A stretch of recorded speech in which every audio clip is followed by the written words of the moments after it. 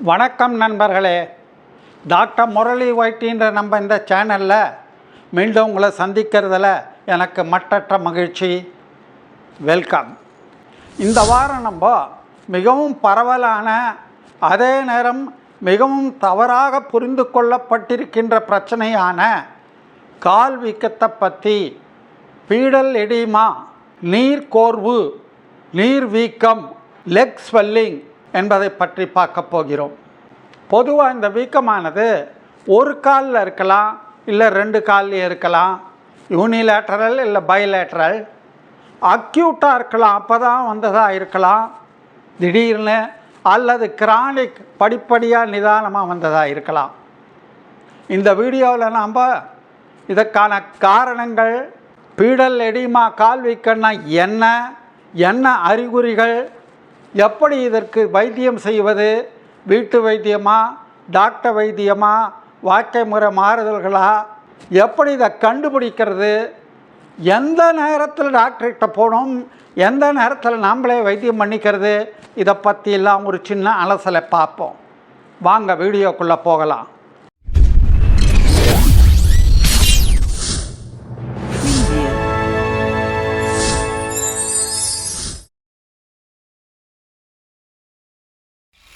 கால் வீக்கம் அப்படின்றத பற்றி பார்க்கலாம். சில நேரங்களில் கால், மணிக்கட்டு, பாதம் இதுங்களில் இருக்கிற சிறிய இரத்த குழாய்களில் இருக்க திரவமானது அருகில் இருக்க திசுக்களுக்கு கசிஞ்சு போகிறதுனால, அங்கே அந்த திரவம் தேங்கிறதுனால உண்டாகும் வீக்கத்தை தான், அசாதாரண நீர் கோர்வையை தான் பீடல் எடிமா, கால் வீக்கம், லெக் ஸ்வெல்லிங்னு சொல்கிறோம். இந்த கால் வீக்கத்துக்கு 30லேருந்து 40 காரணங்கள் இருக்குது. மொத்தம் பார்த்தா அதில் ரொம்ப முக்கியமான காரணங்கள் 13 பற்றி இப்போ நம்ம பார்க்கலாம். முதல்ல இன்ஜுரினால் வர்றது, காயத்தினால் வர்றது. ரெண்டாவது இன்ஃபெக்ஷன், நோய் தொற்றுனால் வர்றது. இந்த மாதிரி நேரத்தில் வலி இருக்கும், வீக்கம் இருக்கும். மூணாவது வெரிகோஸ் வெயின்ஸ் என்ற வீனஸ் இன்சஃபிஷியன்சினால் வர்றது, அதாவது சிரைகள் பற்றாக்குறையினால் வர்றது. கால்களில் கீழ்ப்பகுதியில் இருக்க கெட்ட இரத்தமானது மேலே செல்லாமல் அங்கேயே தங்கி போகிறதுனால வர பிரச்சனை.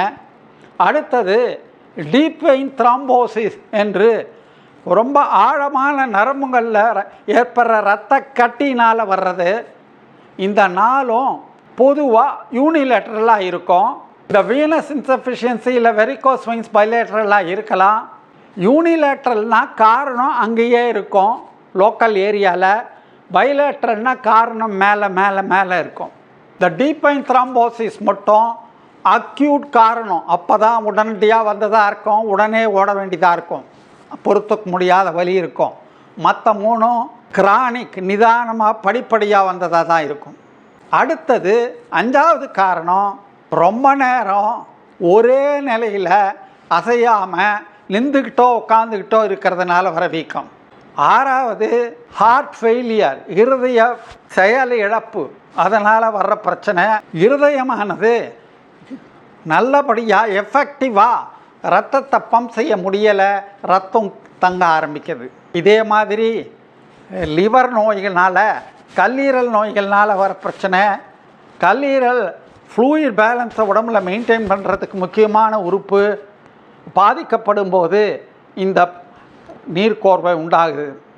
அடுத்தது சிறுநீரக பிரச்சனை, சிறுநீரக நோய்கள் இருக்கும்போது இந்த மாதிரி பிரச்சனை வரலாம். அடுத்தது லிம்படிமா, நிணநீர் நாளங்களில் அடைப்பு உண்டாகிறதுனால வர வீக்கம். சில வகையான மருந்துகள்னால கூட இந்த மாதிரி வரலாம்.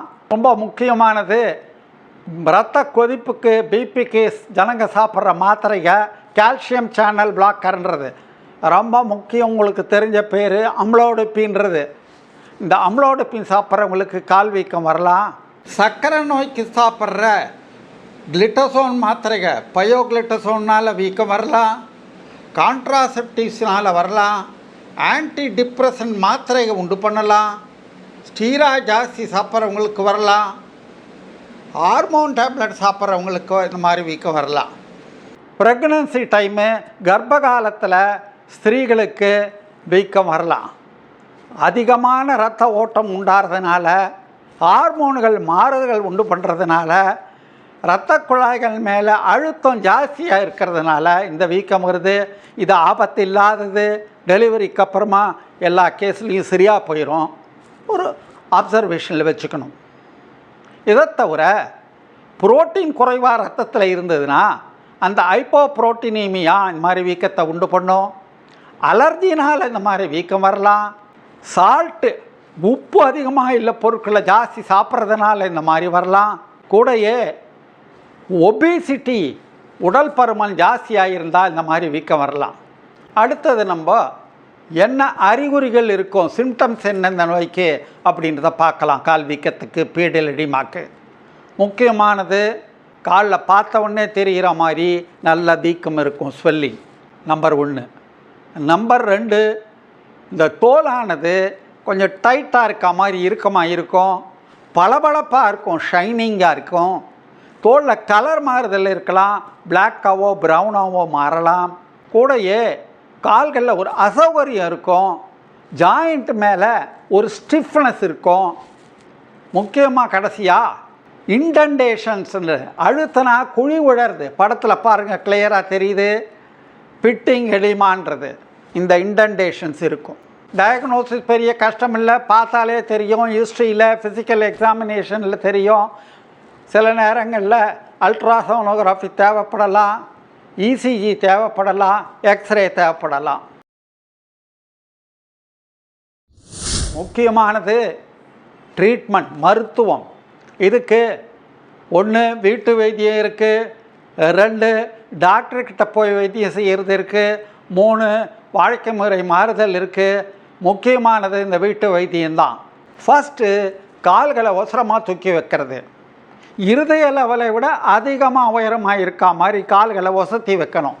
கால் மாட்டில் ஒரு ஸ்டூலையோ நிறைய தலகாணிகளோ போட்டு வச்சுக்கலாம்.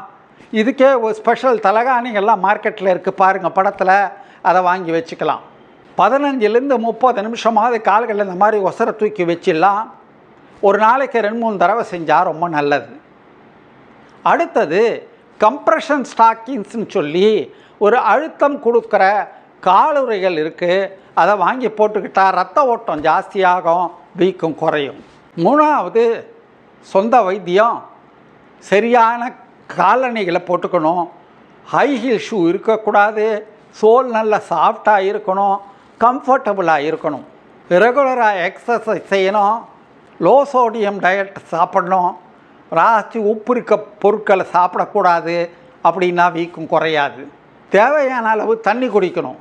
நம்ம நிறைய தண்ணி குடித்தா இந்த உடம்பில் இருக்க இந்த திரவமானது தேங்கி இருக்கிறது இந்த தண்ணி மூலம் ஃப்ளஷ் அவுட் ஆகி வெளியேறிடும். சில நேரங்களில் மருந்துகள்னால் வந்த வீக்கமாக இருக்கலாம். முதல்லையே சொன்ன மாதிரி இந்த கால்சியம் சேனல் பிளாக்கர்ஸ்னால் வரலாம். அப்படின்னா அந்த மருந்தை மாற்றினா இந்த பிரச்சனை தீர்ந்து போகும். ஸோ டாக்டர்கிட்ட சொல்லி அந்த மருந்தை மாற்றணும். சில நேரங்களில் வீக்கம் ரொம்ப ஜாஸ்தியாக இருந்தால் டயூரெட்டிக்ஸ்ன்ற வாட்டர் பில்னு சொல்லுவாங்க, அதை கொடுத்தா சிறுநீர் அதிகமாக போகும், வீக்கம் குறைய ஆரம்பிக்கும். இதை தவிர இருதயத்தில், சிறுநீரகத்தில், கல்லீரலில் பிரச்சனை இருந்தால் அதை சரி செய்யணும். சரி செஞ்சால் வீக்கம் சரியாக போகும். ஓவர் வெயிட்டாக இருந்தால், உடல் பருமன் ஜாஸ்தியாக இருந்தால் வெயிட்டை குறைக்கணும். ஆட்டோமேட்டிக்காக வீக்கம் குறைய ஆரம்பிக்கும். டாக்டர்கிட்ட எப்போ போகணும்? எல்லாத்துக்கும் டாக்டர்கிட்ட போகணுமா வீக்க டைமில்? வேண்டியதில்லை. முதல்ல நாமளே வீட்டில் ஒரு 2 வாரம் பார்க்கலாம், வீக்கம் தானே குறையுதா இல்லையா அப்படின்னு. வீக்கம் குறையிலைனாலோ, ஜாஸ்தி ஆறா மாதிரி இருந்தாலோ, காரணமே இல்லாமல் திடீர்னு வீக்கம் வந்தாலோ டாக்டர்கிட்ட போகணும்.